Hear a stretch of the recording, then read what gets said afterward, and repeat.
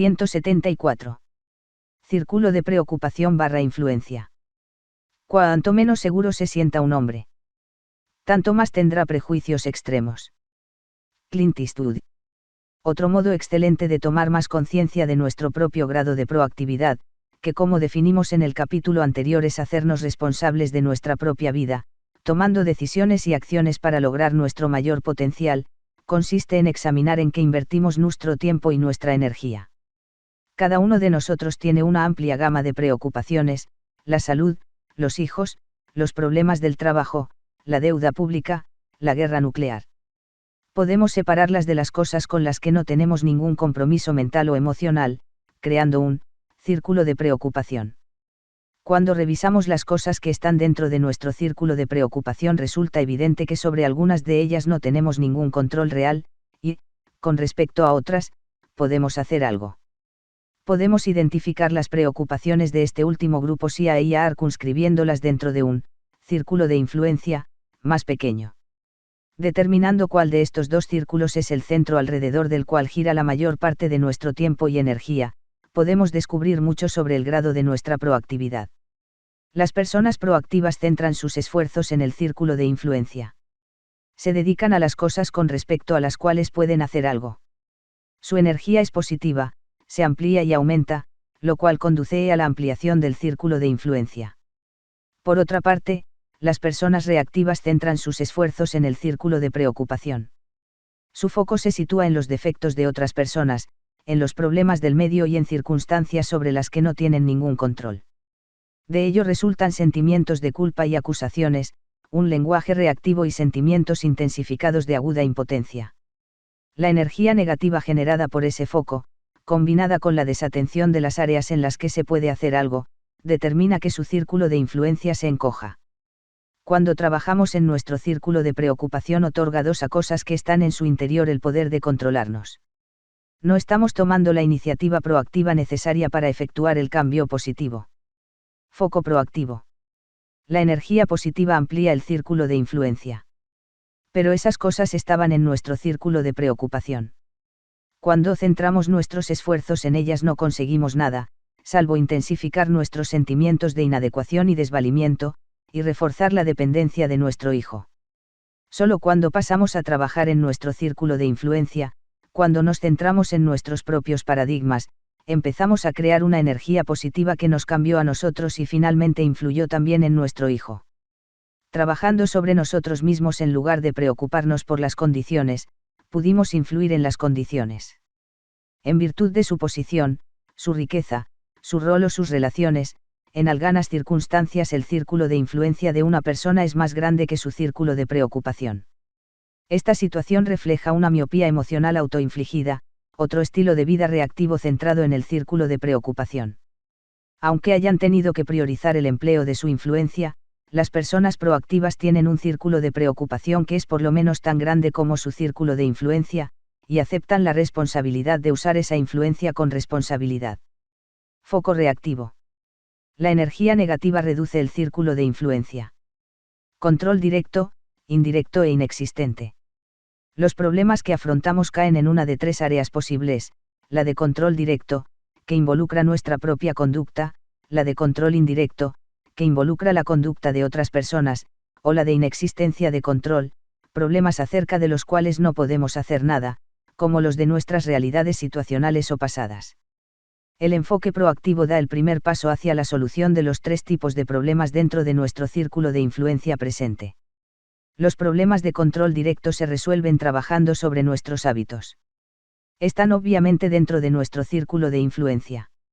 Los problemas de control indirecto se resuelven cambiando nuestros métodos de influencia. Personalmente he identificado más de 30 métodos diferentes de influencia humana, tan distintos como lo son la empatía de la confrontación o el ejemplo de la persuasión. La mayoría de las personas tienen en su repertorio solo 3 o 4 de estos métodos. Por lo general, empiezan por el razonamiento y, si no les da resultado, pasan a la lucha o la fuga. Resulta sumamente liberador aceptar la idea de que podemos aprender nuevos métodos de influencia humana, en lugar de tratar de usar constantemente los antiguos métodos inefectivos para poner en orden a los demás. Los problemas de la inexistencia de control suponen asumir la responsabilidad de modificar nuestras actitudes, sonreír, aceptar auténtica y pacíficamente esos problemas y aprender a vivir con ellos, aunque no nos gusten. De este modo no les otorgamos el poder de controlarnos. Compartimos el espíritu de la oración de Alcohólicos Anónimos: Señor, concédeme coraje para cambiar las cosas que pueden y deben cambiarse, serenidad para aceptar las cosas que no pueden cambiarse, y sabiduría para establecer la diferencia. Sea que el problema que nos afecta implique control directo, indirecto o inexistente, está en nuestras manos dar el primer paso hacia la solución. Dentro de nuestro círculo de influencia están los cambios de nuestros hábitos, de nuestros métodos de influencia, y del modo en que vemos las dificultades que no controlamos. Ampliando el círculo de influencia. Resulta alentador comprender que al elegir nuestra respuesta a las circunstancias influimos poderosamente en nuestras circunstancias. Cuando cambiamos una parte de una fórmula química, cambiamos la naturaleza de los resultados. Durante varios años trabajé con una organización que estaba encabezada por una persona muy dinámica. Interpretaba las tendencias. Era creativa, inteligente, capaz y brillante, y todos lo sabían. Pero tenía un estilo muy dictatorial. Tendía a tratar a las personas como si fueran autómatas, como si carecieran de juicio propio. Su manera de hablarles a quienes trabajaban en la organización era: busque esto. Busque aquello. Ahora haga esto. Ahora haga aquello, yo tomaré las decisiones. El efecto global fue que se ganó la antipatía de casi todo el equipo ejecutivo que lo rodeaba. Los funcionarios se reunían en los pasillos y se quejaban de él mutuamente. Discutían muy sutilmente, con claridad, como si trataran de solucionar la situación. Pero lo hacían de modo incesante, absolviéndose de toda responsabilidad por las debilidades del presidente. No puedes imaginar lo que ha pasado esta vez, decía alguien. El otro día vino a mi departamento. Yo ya lo tenía todo organizado. Pero él entró y me dio indicaciones totalmente diferentes. Tiró por la ventana todo lo que yo había estado haciendo durante meses. No sé cómo se supone que voy a seguir trabajando para él. ¿Cuánto faltará para que se jubile? Tiene solo 59 años, respondió alguien. ¿Crees que sobrevivirá 6 años más? No lo sé. Además es el tipo de persona que probablemente quiera seguir trabajando. Pero uno de los ejecutivos era proactivo. Lo impulsaban valores, no sentimientos. Tomó la iniciativa, se anticipó, empatizó, interpretó la situación. No dejaba de ver los defectos del presidente, pero, en lugar de criticarlo, los compensó. En los puntos en que el estilo del presidente era débil, procuró actuar como amortiguador para salvaguardar a su personal y convertir en irrelevantes esas debilidades. Y trabajó con los puntos fuertes del presidente: su visión, su talento, su creatividad. Este hombre se centró en su círculo de influencia. También era tratado como un autómata. Pero hizo más de lo que se esperaba de él. Se anticipó a las necesidades del presidente, interpretó con empatía su preocupación subyacente, de modo que al llevarle información también le entregó su análisis y las recomendaciones basadas en ese análisis. Un día, cuando yo me encontraba con el presidente en calidad de asesor, me dijo: no puedo creer lo que ha hecho este hombre. No solo me entrega la información que le pedí, sino también información adicional, que es exactamente lo que necesitamos. Incluso la analiza en los términos de mis preocupaciones más profundas, y agrega una lista de recomendaciones. Las recomendaciones son coherentes con el análisis, y el análisis coherente con los datos. Una persona notable. Qué alivio no tener que preocuparme por ese sector de la empresa. Y en la reunión siguiente, siguió diciéndoles: busque esto, busque aquello, a todos los ejecutivos, salvo a uno. A ese hombre le preguntó: ¿cuál es su opinión? El círculo de influencia de este último había crecido. El hecho provocó una conmoción en la organización. Las mentes reactivas de los corredores empezaron a disparar sus municiones vindicativas sobre aquel hombre proactivo. Está en la naturaleza de las personas reactivas el absolverse de toda responsabilidad. Es mucho más seguro decir: no soy responsable. Si digo: soy responsable, corro el riesgo de tener que decir: soy irresponsable. Tal vez me resulte difícil admitir que tengo el poder de elegir mi respuesta, y que la respuesta que he elegido me lleva a sumarme a un ambiente negativo, conflictivo, en especial si durante años me he absuelto de toda responsabilidad por los resultados apelando a las flaquezas de algún otro. De modo que esos ejecutivos se centraron en la consecución de más información, más municiones, más pruebas a favor de la idea de que no eran responsables. Pero este hombre del que hablo también fue proactivo respecto de ellos. Poco a poco, también fue creciendo su círculo de influencia en esa área. Siguió expandiéndose hasta que finalmente nadie, ni siquiera el presidente, adoptó una medida significativa para la organización sin que este ejecutivo participara y la aprobara de algún modo. Pero el presidente no se sentía amenazado, porque la fuerza de aquel hombre complementaba su propia fuerza y compensaba sus debilidades. De ese modo él contaba con la fuerza de dos personas trabajando en equipo. El éxito de aquel hombre no dependía de las circunstancias. Muchos otros estaban en la misma situación. La diferencia residía en la respuesta que eligió, en el hecho de que se hubiera concentrado en su círculo de influencia. Algunas personas creen que, proactivo, significa arrogante, agresivo o insensible. No se trata de eso en absoluto. Las personas proactivas no son arrogantes. Son listas, se mueven por valores, interpretan la realidad y saben lo que se necesita. Los tener y los ser. Un modo de determinar cuál es nuestro círculo de preocupación consiste en distinguir los tener y los ser. El círculo de preocupación está lleno de tener. Me sentiré contento cuando tenga casa propia. Si tuviera un jefe que no fuera tan dictador. Si tuviera una esposa más paciente. Si tuviera un hijo más obediente. Si ya tuviera mi título. Si tuviera más tiempo para mí. El círculo de influencia está lleno de ser, puedo ser más paciente, ser sensato, ser cariñoso. El foco está en el carácter. Siempre que pensemos que el problema está allí afuera, este pensamiento es el problema. Otorgamos a lo que está ahí fuera el poder de controlarnos. El paradigma del cambio es entonces, de afuera y hacia adentro, lo que está afuera tiene que cambiar antes que cambiemos nosotros. El enfoque proactivo consiste en cambiar de adentro hacia afuera y ser distinto, y de esta manera provocar un cambio positivo en lo que está allí afuera. Puedo ser más ingenioso, más diligente, más creativo, más cooperativo. Sé que esta idea constituye para muchas personas un cambio dramático de paradigma. Es mucho más fácil culpar a los otros, al condicionamiento o a las condiciones por nuestra propia situación de estancamiento.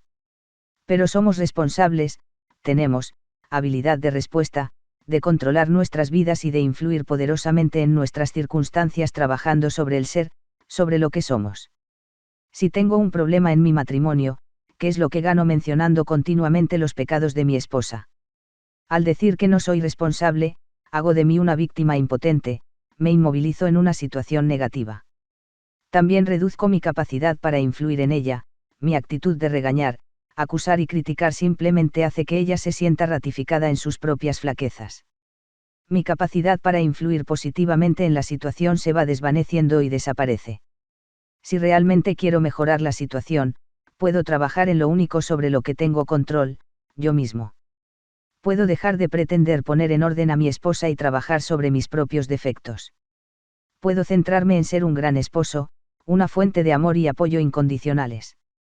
Con suerte, mi esposa sentirá el poder del ejemplo proactivo y responderá con la misma moneda.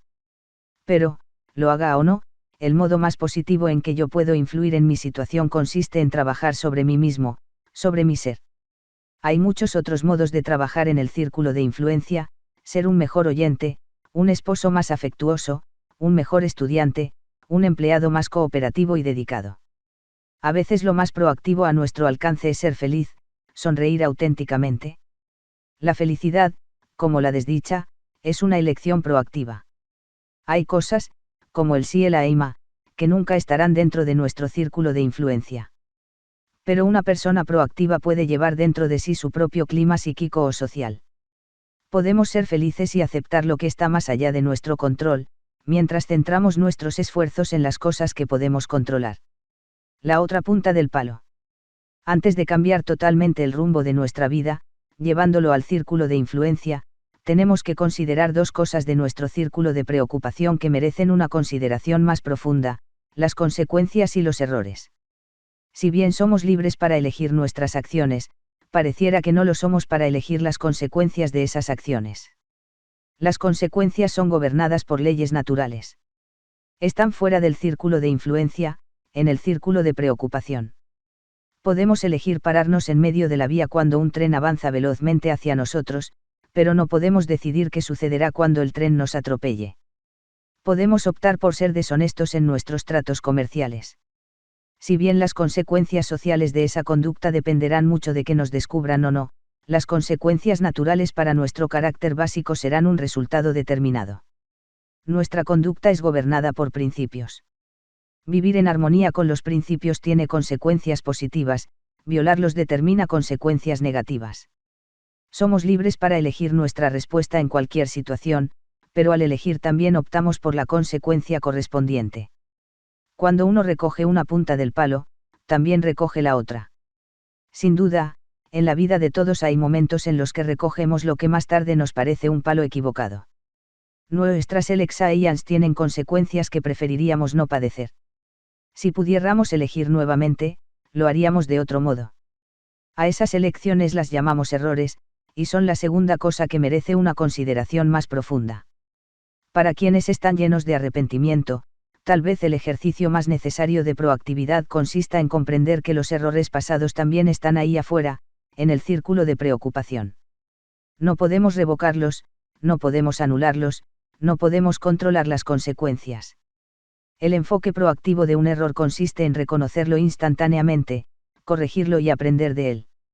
Esto literalmente convierte el fracaso en éxito. Pero no reconocer un error, no corregirlo ni aprender de él, es un error de otro tipo. Por lo general sitúa a la persona en una senda de autocondena y autojustificación, que a menudo implica la racionalización, mentiras racionales, destinadas a uno mismo y a los demás. Este segundo error, este encubrimiento, potencia el primero, le otorga una importancia desproporcionada, y causa en las personas un daño mucho más profundo. No es lo que los otros hacen ni nuestros propios errores lo que más nos daña, es nuestra respuesta. Si perseguimos a la víbora venenosa que nos ha mordido, lo único que conseguiremos será provocar que el veneno se extienda por todo nuestro cuerpo. Es mucho mejor tomar medidas inmediatas para extraer el veneno. Nuestra respuesta a cualquier error afecta a la calidad del momento siguiente. Es importante admitir y corregir de inmediato nuestros errores para que no tengan poder sobre el momento siguiente, y para que volvamos a tener el poder. Proactividad, el test de los 30 días. No es necesario que pasemos por la experiencia de Frankl en el campo de concentración para reconocer y desarrollar nuestra propia proactividad. Es en los acontecimientos ordinarios de la vida cotidiana cuando desarrollamos la capacidad proactiva para hacer frente a las extraordinarias presiones de la vida.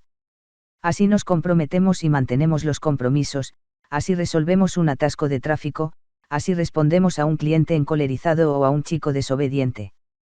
Así vemos nuestros problemas y es allí donde concentramos nuestras energías. Es el lenguaje que usamos. Desafío al lector a que ponga a prueba el principio de la proactividad durante 30 días. Simplemente inténtelo y vea lo que sucede. Durante 30 días trabaje solo en un círculo de influencia. Plantéese pequeños compromisos y manténgalos. Sea una luz, no un juez. Sea un modelo, no un crítico. Sea una parte de la solución, no parte del problema. Ensaye el principio en su matrimonio, en su familia, en su empleo. No aduzca defectos de otras personas. No aduzca sus propias debilidades. Cuando cometa un error, admítalo, corríjalo y aprenda de él, inmediatamente. No culpe ni acuse. Trabaje sobre las cosas que controla. Trabaje sobre usted. Sobre el ser.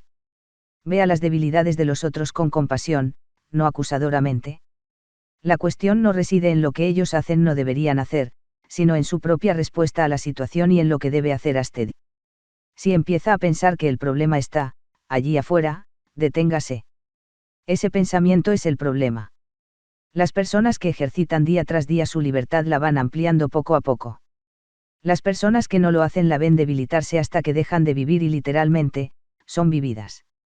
Actúan según los guiones escritos por los padres, los compañeros, la sociedad.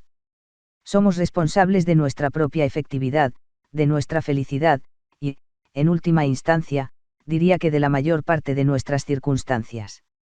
Samuel Johnson observó, la fuente de la alegría debe brotar en la mente, y quien conozca tan poco la naturaleza humana como para buscar la felicidad en cualquier cosa que no sea su propia disposición, malgastará su vida en esfuerzos infructuosos y multiplicará las aflicciones que se propone suprimir.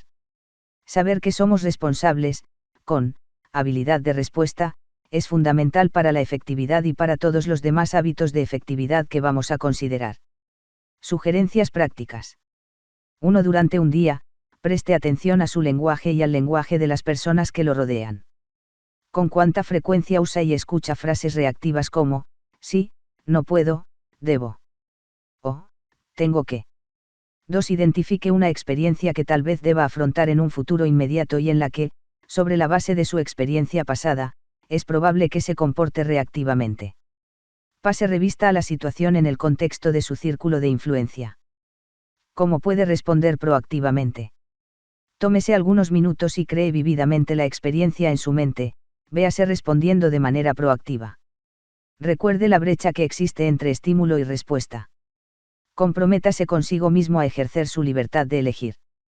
3. Escoja un problema de su vida laboral o personal que le resulte frustrante. Determine si se trata de un problema de control directo, de control indirecto o de control inexistente. Identifique el primer paso que puede dar en su círculo de influencia para resolverlo, y de ese paso. 4. Ensaye el test de proactividad de los 30 días. Tome conciencia del cambio en su círculo de influencia.